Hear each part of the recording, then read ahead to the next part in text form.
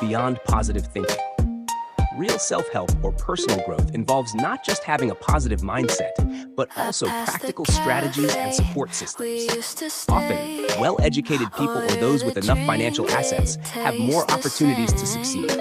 Even if they are not extremely successful, people with educational and financial resources can still secure high-paying professions such as medicine, law, or corporate leadership.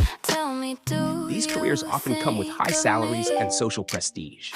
Those who inherit financial and educational advantages can also build larger corporate empires or pursue creative fields like visual, performing, or fine arts with less financial pressure. The false hope of just think positive. The motivational industry, the self-help and toxic positivity industry in America has turned positivity into a massive business model. It has become a cultural phenomenon tied closely to inequality. This connection is both fascinating and concerning, as it shows how positivity can be used as a coping mechanism for the underprivileged and as a profit tool for those who capitalize on it. The motivational speaker paradox. Many motivational speakers achieve success simply by being motivational speakers, often without offering real, practical value. They become famous for their ability to inspire others, continuing to earn money and attention by selling motivation itself, regardless of their actual expertise or achievements. Success in society is often more about systems that privilege those who already have resources, education, and social connections. For example, someone born into a wealthy family or with access to good education has a much higher chance of entering elite professions such as law, medicine, or corporate leadership. Inheriting wealth provides financial freedom and social capital, giving people a significant advantage. Meanwhile, the majority of people who work hard every day in blue-collar or low-paying jobs may never reach the same level of success, even though they put in just as much effort. When examining success, it is crucial to recognize the roles of luck, privilege, and access to resources. Self-help culture as a business model. Self-help culture grew rapidly in the late 20th century, especially in America, and became big business. Authors, gurus, and speakers began capitalizing on a major societal shift away from community institutions like government, religion, and social support systems. Instead of addressing social or economic inequalities, the focus shifted toward the individual. The message was simple: the power of positive thinking, personal accountability.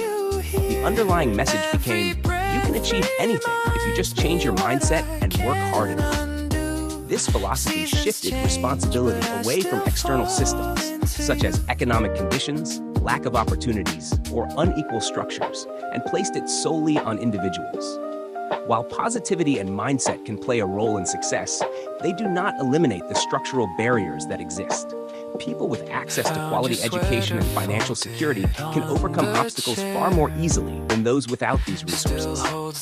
The self-help industry is marketable because it sells hope, something everyone desires. Hope is profitable, but real, practical solutions are often not provided. Positivity is easy to sell, but it rarely brings true change. When motivational figures, often from disadvantaged or inspirational backgrounds, become famous, their personal journeys are simplified and promoted as universal models for success.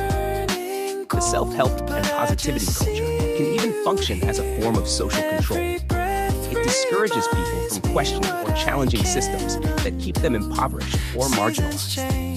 When individuals are told that positivity is the only key to success, they become less likely to demand structural reforms. The self-help market thus becomes both a profit machine and a distraction from real social and economic issues, leading people to believe that a positive attitude alone can overcome deeply entrenched inequalities. The myth of individual willpower and the American dream.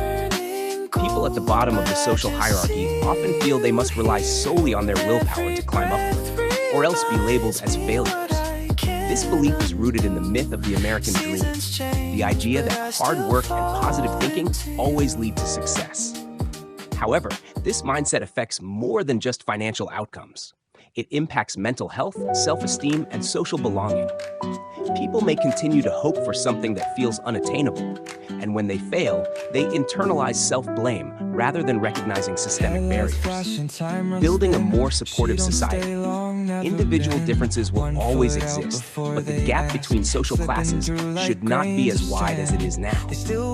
Those at the bottom of the hierarchy currently have very few ways to fix their problems or heal from complex traumas. Society can and should provide safety nets, such as financial support for those who cannot work or live below the poverty line, education and job training to open better opportunities, emotional and mental health support for people facing trauma, discrimination, or social exclusion. Trauma, whether caused by poverty, abuse, or social rejection, cannot be healed by simply thinking positively. It requires real resources, financial stability, education, mental health care, and community support to help people overcome social and emotional barriers. People need a balance between hope and realism, but that alone will not fix their problems if the system remains unfair. Society must focus on financial, educational, and emotional assistance for those at the bottom. Instead of pushing toxic positivity, we need a realistic and compassionate approach that addresses the deeper causes of inequality. The European welfare model could serve as an inspiration for creating a fairer and more humane society.